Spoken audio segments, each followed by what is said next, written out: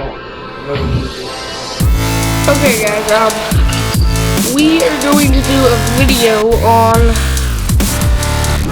what happens when you put a CD in the microwave. CD right here, put it on paper. Here, put it in the microwave. Here. Press the popcorn button.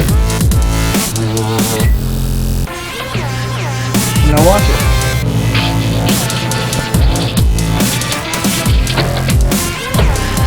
And after you put the CD in the microwave, that's what it looks like.